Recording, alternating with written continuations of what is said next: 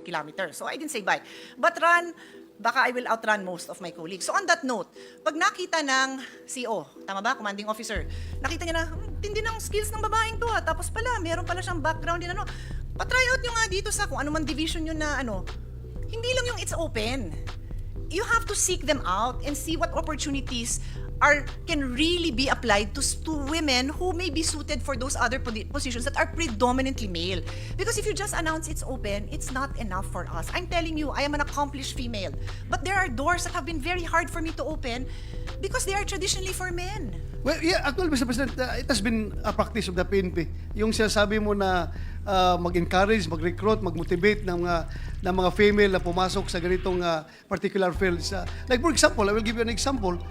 Nung ako'y si PNP na nakita ko yung mga babae na magagaling magmotor.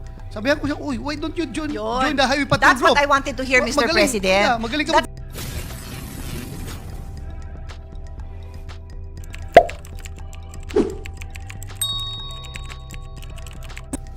Thank you, Mr. President.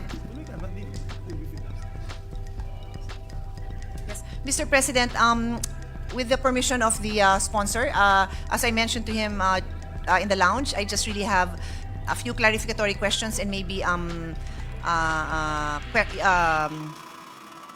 really on the provisions, really just clarificatory questions. So with the permission of the sponsor, Mr. President.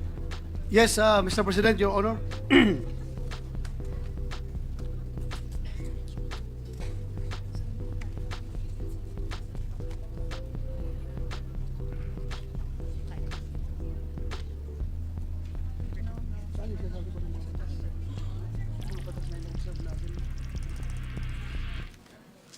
Thank you, Mr. President. Mr. President, I am referring to the salient features of the substitute bill, which is part of the submission under the committee report. And it states here that the objective is as follows. The bill seeks to address the current loopholes in the country's criminal justice system by ensuring systematized representation in the police force. What does that mean, Mr. President? Systematized representation. How is that shown in the bill?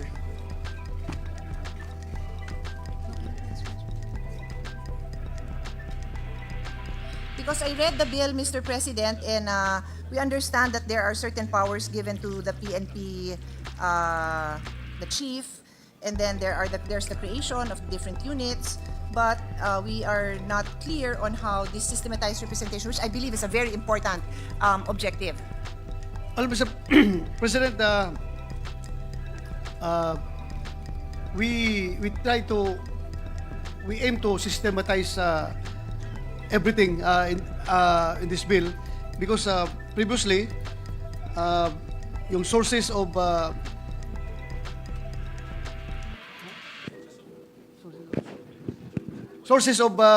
legislation na pinanggalingan ay merong galing sa Napolcom, merong galing sa iba-iba pong sources, Mr. President. So, gusto natin isahin through this mission. What does His Honor mean by sources? Are you referring reference material or are you referring to the recruited? Law, Mr. President. Law, Mr. President, Your Honor. So what His Honor is saying that this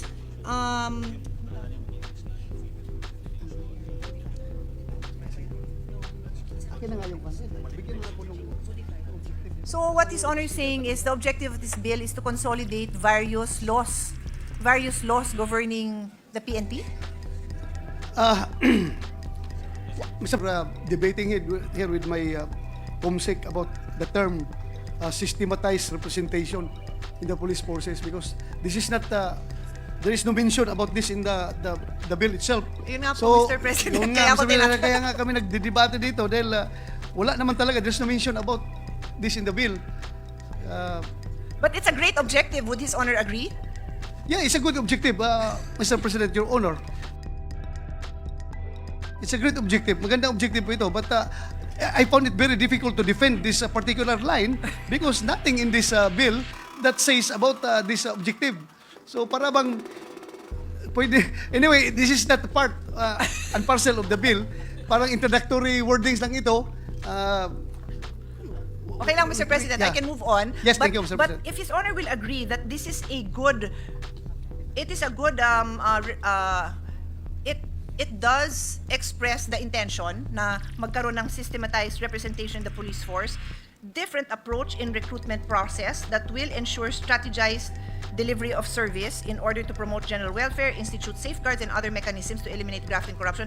If that objective still captures the essence of this bill, then I will still proceed even though that phrase is not present in the bill. Certainly, Mr. President, Your Honor, you can proceed, please. So ang next line kasi is different approach in recruitment. So I was really interested in that kasi my understanding na ako na lang magbibigay ng sarili kong understanding of systematized representation, and I'm pretty sure it's limited kasi nanggaling po yan sa mga experts nyo. But my limited understanding would be, tatagalugin ko, di magkakaroon ng sistema to ensure na meron tayong representation from all over the country. Naisip ko, not just sa gender, which is what I told His Honor na yun ang particular line of interest ko, to be sure na magkaroon ng representation ng kababaihan. And how will you go about that recruitment process? Will you go to the schools telling them that the PNP is going to provide a bright future for you? Ganun ba yun? Kasi hindi ko alam kung yun ang ibig sabihin nun. And then, baka the representation also means that they will recruit from all over the country so that those from the north and the south, you will have a united PNP. Di ba nare-reassign po kayo, Mr. President? Is that correct? Di ba that's part of it? So, whether ikaw ay taga Ilocos at ma-assign ka sa Davao and vice versa, united ang ang training and yung moral nyo, isa yan. And it will help nga itong ensure the general welfare, institute safeguards, and other mechanisms. So Yes, that, Mr. President. tama ba yun? Yung That's correct, Madam, Your Honor, Mr. President. You are correct. Actually, the PNP just follow one program of instruction in all its trainings, whether regardless of what region is conducting the training, Mr. President, isa lang po yung program of instruction na sinusunod natin. But on that note, I have an issue with that because although I understand na iisa, would there already be modifications that would address the different backgrounds of your recruits such that it's possible that in certain regions, talagang equal ang tingin nila sa kababaihan. And then it's possible in certain regions with different cultures, mababa ang tingin nila sa babae. So, hindi pa pwedeng one kind of instruction only because kailangan maiba ang pananaw nung nire-recruit nyo sa lugar na yon to be sure that they're following the Philippine principle of equality among women. Kasi paano kung magkaroon tayo ng general na hindi katulad nyo, na galing sa South pero hindi open-minded on the ability of a woman to rise through the ranks and to be a co-equal how many star general, or they will not treat the women with the same kind of respect and provide the support system needed para makaangat din sila through the ranks. Well, actually, Mr. President, Your Honor, right now, I can proudly say that the PNP is a very mature organization as far as gender issues is concerned. Lahat po ng programa tungkol lahat po ng mga batas patungkol sa gender ay ino-observe po ng PNP. Like for example, the observance of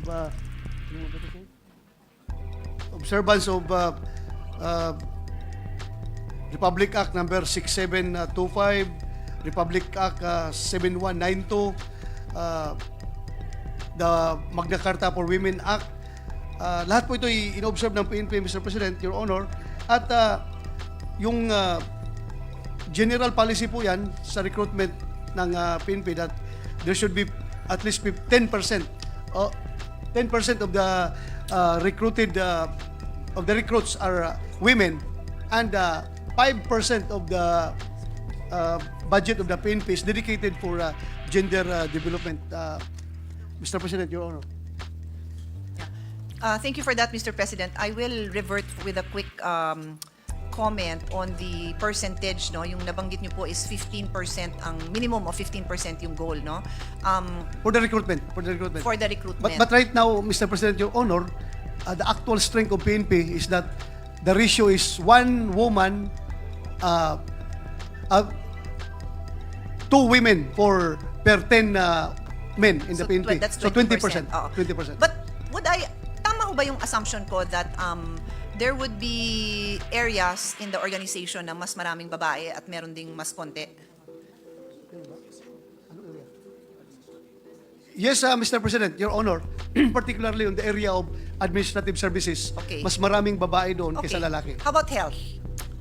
Kasi Health kung marami also. kayong nurse, chances are mas maraming babae. Marami ding nurse na lalaki, but chances are mas malaki ang, di ba, no? Yes, Okay. So, correct. let's accept that there are areas that naturally inclined ang kababaihan doon.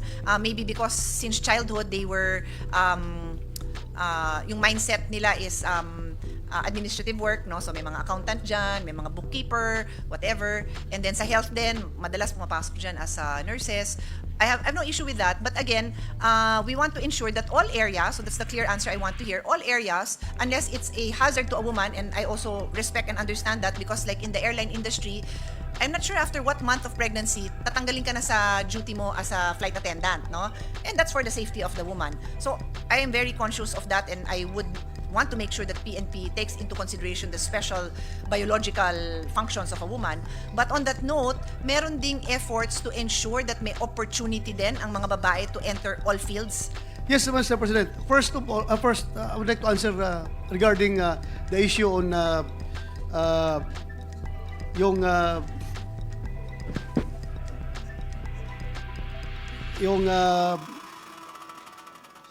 sa women, Mr. President, I would like to assure you that there is no prohibition for women to enter in any field of the PNP or any subunits of the PNP. So, kuan po, equal po ang opportunity ng isang babae at isang lalaki sa lahat ng unit na gusto niyang mapuntahan. In fact, yung the most difficult unit, the Special Action Force, marami pong babae doon ngayon na naka-assign. So, may equal opportunity na po, Mr. President, Your Yes. Honor. Thank you. But Mr. President, may I ask His Honor to assure me that the leadership of PNP knows that having no prohibition is not the same as having equal opportunity.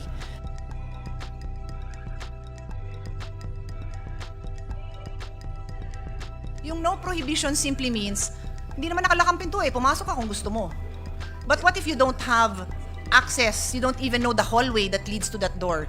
You don't know if you are welcome in that door. Yun naman ho ang sa akin. I have had experiences where I have felt unwelcome.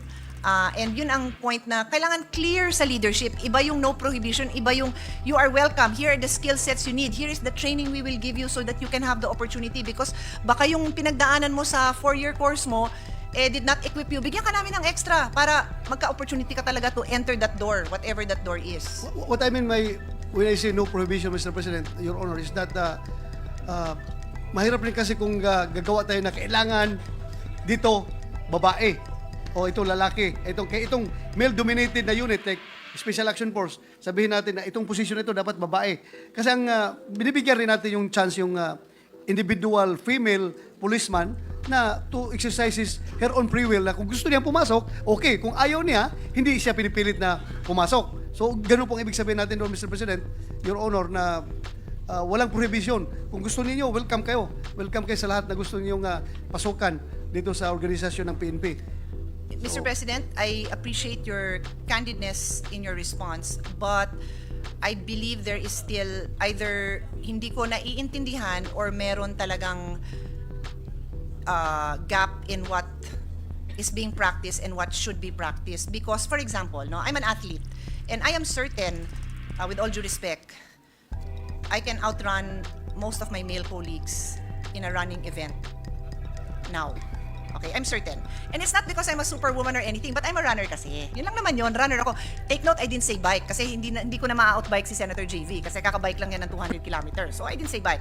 But run, baka I will outrun most of my colleagues. So on that note, pag nakita ng CO, tama ba, commanding officer, nakita niya na, tindi ng skills ng babaeng to tapos pala, meron pala siyang background din patry out nyo nga dito sa kung ano man division nyo na hindi lang yung it's open.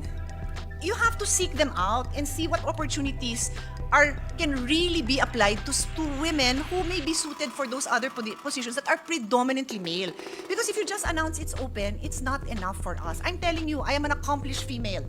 But there are doors that have been very hard for me to open because they are traditionally for men. Well, yeah, actually, Mr. President, it has been a practice of the PNP. Yung sinasabi mo na mag-encourage, mag-recruit, mag-motivate ng mga female na pumasok sa ganitong particular fields.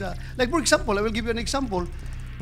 Nung ako'y si PNP na nakita ko yung mga babae na magagaling magmotor. Sabihan ko siya, uy, why don't you join the highway patrol That's group? what I wanted to hear, Mr. President. Yeah, magaling ka That's the magmotor. example. Yun, we're done. I'm done. I'm ready to move on with the next question. That's all I needed to hear, Mr. Yes, President. kasi ang gusto naman talaga natin, maximum and optimized utilization of resources. Exactly. So, kailangan gamitin natin yung kanilang special skill. So may I ask for your picture with a female motorcycle PNP plastered all over the PNP offices? That is now going to be the reminder that look out for these women with these particular skills and invite them like what you said. Uy, magaling yan, sumama ka. That's what I wanted to hear. That's all. I'm really happy with that response. Thank you. Mr. And that's why I know, sabi ko, teka, hindi lang tayo nagkakaintindihan because I know the sponsor, Mr. President. I know him to be the kind of person who will look for these opportunities. But I wanted to elicit that response so that the whole PNP organization will hear this. And this debate that we're having will go on record for eternity. Ito yung hinahanap ko. Yes, Thank you Mr. for that, President. Mr. President. So, I will end actually by just saying, yun lang, Mr. President. Thank you. I will end by simply saying that the committee I chair, Sustainable Development, Innovation, and Futures Thinking, I want that embedded in the culture and in the institution. And the only way it can happen, Mr. President, is that meron kayong offices who are in charge of this. Why is sustainability and futures thinking so important? His Honor will recall that on a few occasions, we have had the discussion on what will the future challenges be on peace and order. We've had this discussion, remember? Ano ba ang nagiging cause ng mga problema natin? Na ngayon, may petty thefts tayo dahil nanakawin yung cellphone para mabenta kasi gutom ang pamilya. Malamang yon, di ba? Baka naman drug addict din talaga yon na kahit na may pagkain yung pamilya niya, drug addict siya, bibili pala siya ng drugs, hindi pala pagkain para sa pamilya niya. But why do these crimes happen? The example I'll give is scarcity of water. So that is a security issue. Di ba, napag-usapan natin yan. Security issues of the future, lack of food, lack of water, including our problems with West Philippine Seas because that's a source. Sabi niyo nga, resources. Diyan nanggagaling yung isda natin. So, I want the future problems that the PNP will face to be embedded in their thinking and in their planning. What kind of crimes do you foresee in 10 years, in 20 years, in 30 years? How do you equip your police force for that? Now, it's very possible that maybe a lot of the women, for that matter, maybe a lot of men, ang mas may skill sa whether it's IT or itong futures thinking practice would be the one to prepare PNP for that future. So, babalik ako dun sa unang tanong ko na ano yung systematized representation na gusto nyo that will ensure strategized delivery of service in order to promote general welfare, institute safeguards, and other mechanisms to eliminate graft and corruption, etc., etc. Babalik din ako dun. So, maybe at the proper time, I will be happy to make those proposals, but I would appreciate it very much if the leadership in PNP would already be, you can already assure me that they are open to all of this, to really be addressing the problems of the future by way of having a possible futures thinking team, which, by the way, this representation has included in already a number of departments in the Philippine government. We have a futures thinking and sustainable office in the following: DepEd, DOH, NEDA. So I think it should also be part of the PNP institution, Mr. President. Yes, Mr. President, Your Honor, the PNP is open to that idea. Yeah. And it is a welcome idea to the PNP.